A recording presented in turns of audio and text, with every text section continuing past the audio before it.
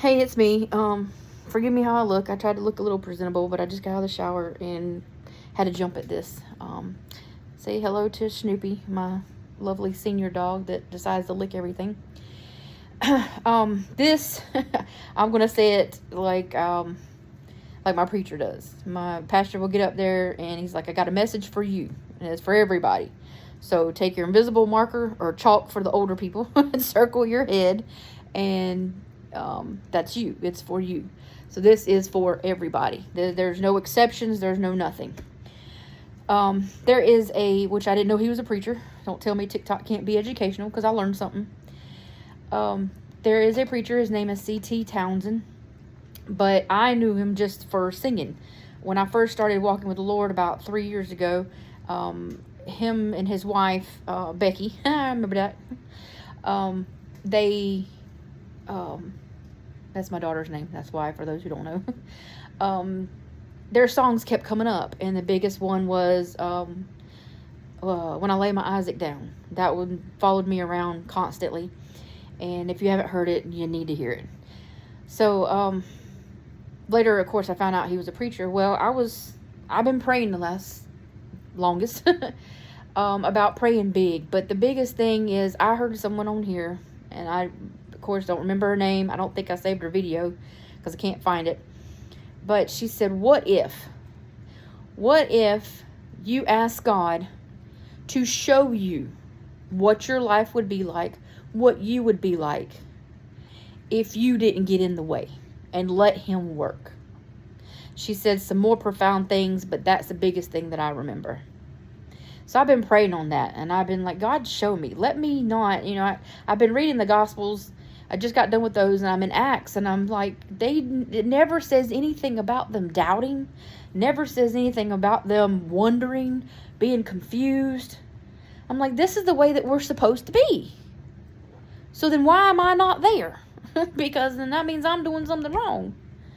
So I started calling out to him, and I'm like, God, show me, or tell me, whatever. And there's things that he's, brought to my attention, and then I've been praying about and being released of and delivered from and working on and things like that.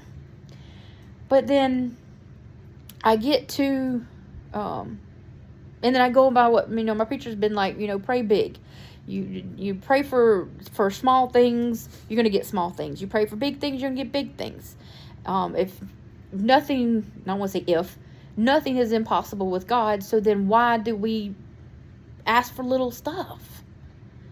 So anyway, I was scrolling on here, and the C.T. Townsend, the preacher, the pastor, whatever, comes up, and me, I get emotional. But he said, way back, I don't know if he gave the years ago or whatever, he said that he was listening to a preacher, or he was doing a class, and the person said, you have to write down your vision. And he brought up, and I'm probably going to say this wrong, Habakkuk, however you want to say it, 2:2. And the Lord answered me and said, write the vision and make it plain upon tables, that he may run that readeth it. I've heard this over and over and over. And you hear, write the vision, make it plain. Write the vision, make it plain. And I've written things down. And I'm like, okay, Lord, but it's not happening. I've written things down. Nothing. And I'm like, what am I doing wrong? So, kind of like just moving on.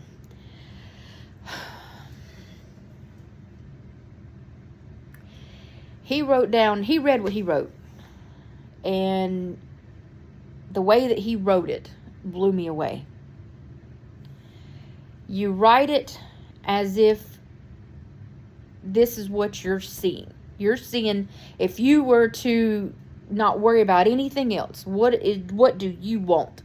You write it down, not worrying about how it's going to happen, where financial things are going to come from, where people are going to come from to make this happen. You just write it down and as if you're a kid. That's what came to me, as if you're a kid. Kids don't think about that stuff. When they write in a letter to Santa, they don't think about, if I ask for and I'm probably going to date myself on this, a PlayStation 5 and a hoverboard and a scooter. They don't think about where the money comes from.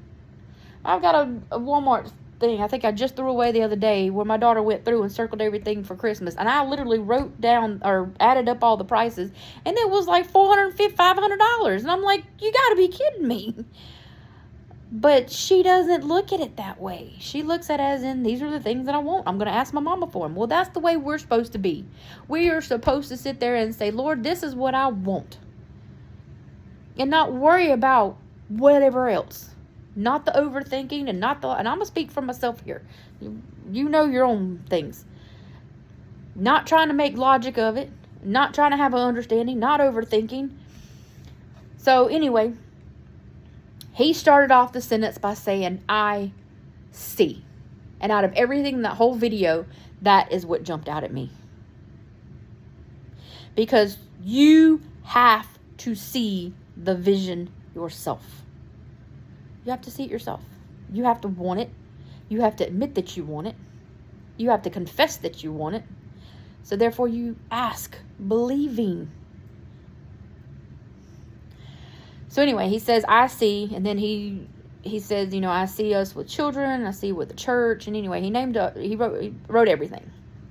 And then he, at the end of it, he said, Lord, please make this happen.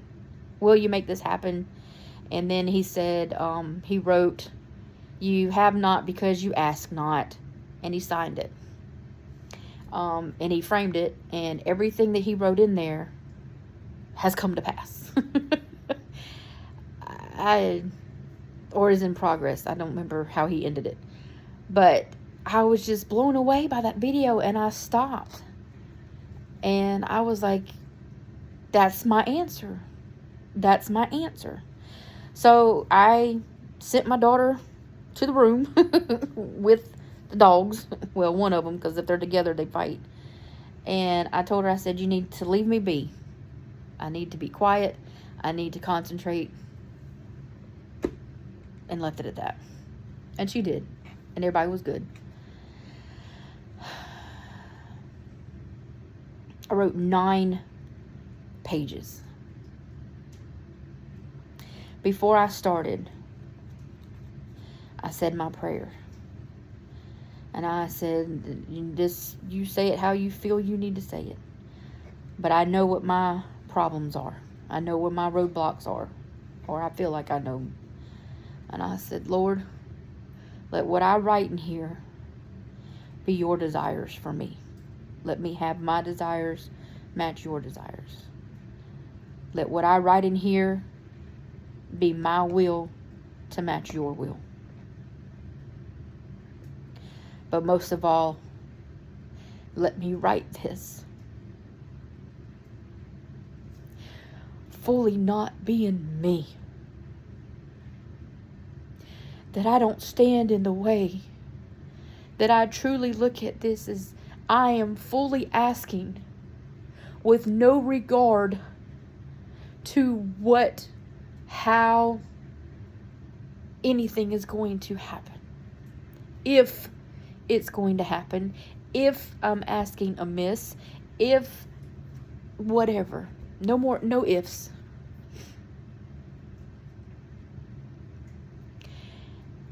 And I stopped for a second. And I opened my eyes. And I started writing. And the first thing I wrote, and I kept repeating it over and over and over, I see. And I wrote it in capital letters. S-E-E. Over and over. And I wrote for my future husband. I wrote for my job. I wrote for where I see my ministry. I wrote for my daughter. I wrote for my family. I wrote for my church. I wrote for my pastor. I wrote for ministries. Wrote for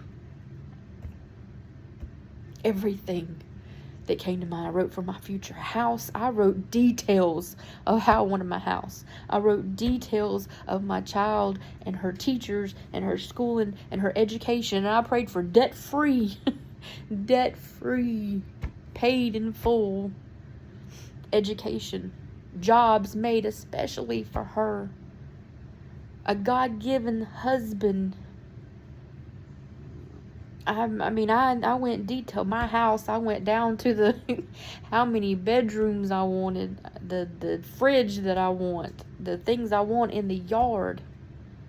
I wrote down to how I wanted the relationship with my husband. I wanted us, respectful and love like Christ loved the church. That I will be submissive and respect him as the man that he is, as head of the family, as a man, as a husband, as for date nights, for vacations. And then I prayed more and more, and then financially, and the bills paid, and everything. I wrote things that I didn't even think I thought, if that makes any sense whatsoever. I don't think I ever thought them until today. 9 pages, all front.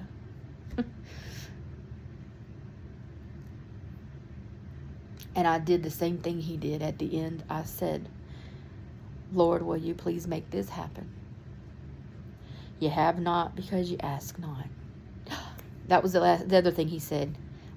He wrote down, I have officially asked.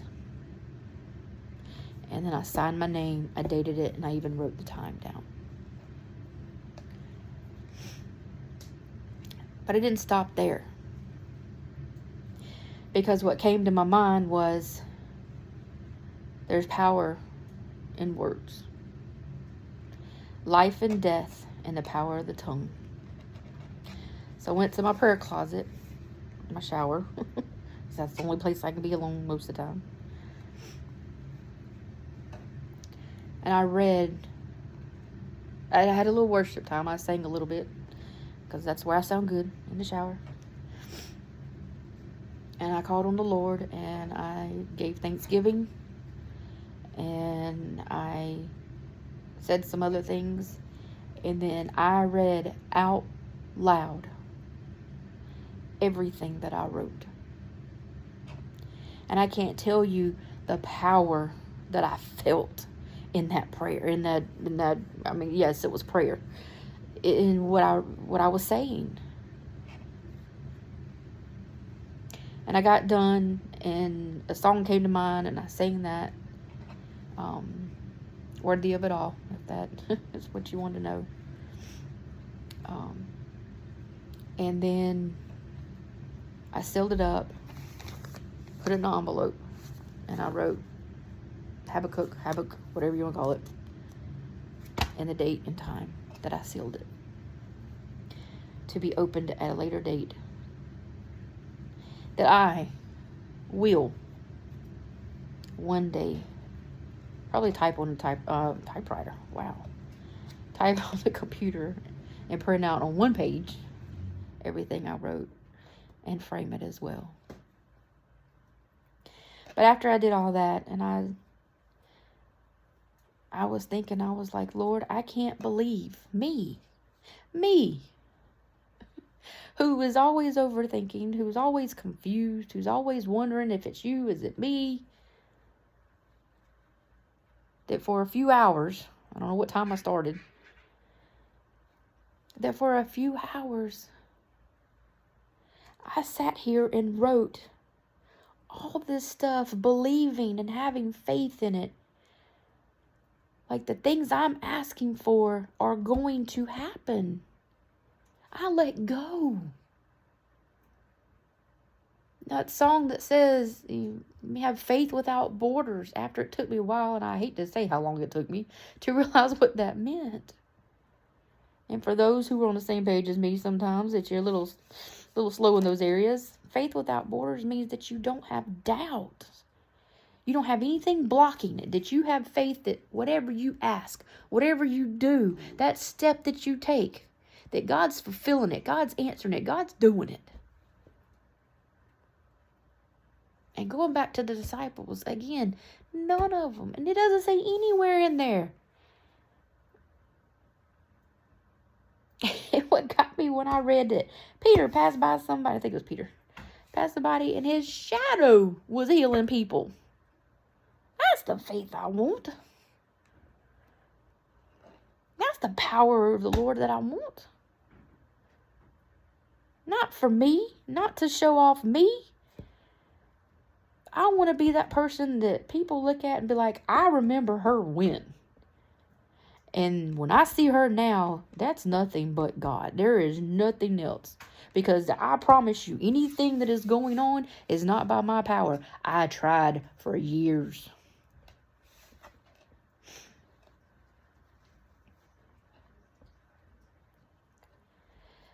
I urge you greatly to do the same. If you don't believe in God, this, I don't want to say test, but this is your chance to find out. Write something down that you want. What it's a piece of paper. What do you have to lose? Take something that you keep secret. You don't tell anybody. A goal of something that you feel is so far-fetched, there's no way, because you don't have money in your account. You don't see anything coming in. You have no prospects. You have nobody that'll help you. Whatever it may be. Something that is just so out there that it's crazy. I'm telling you, God lives in the crazy, in the weird, in the I don't see how you're going to do it. And write it down. And when it happens, you'll know that it was Him.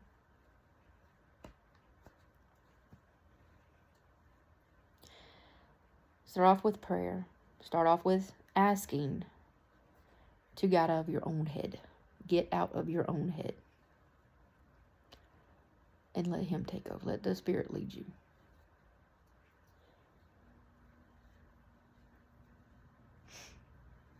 And when I open this letter, my vision, I'll share it. That's a promise. I will share it. I love you.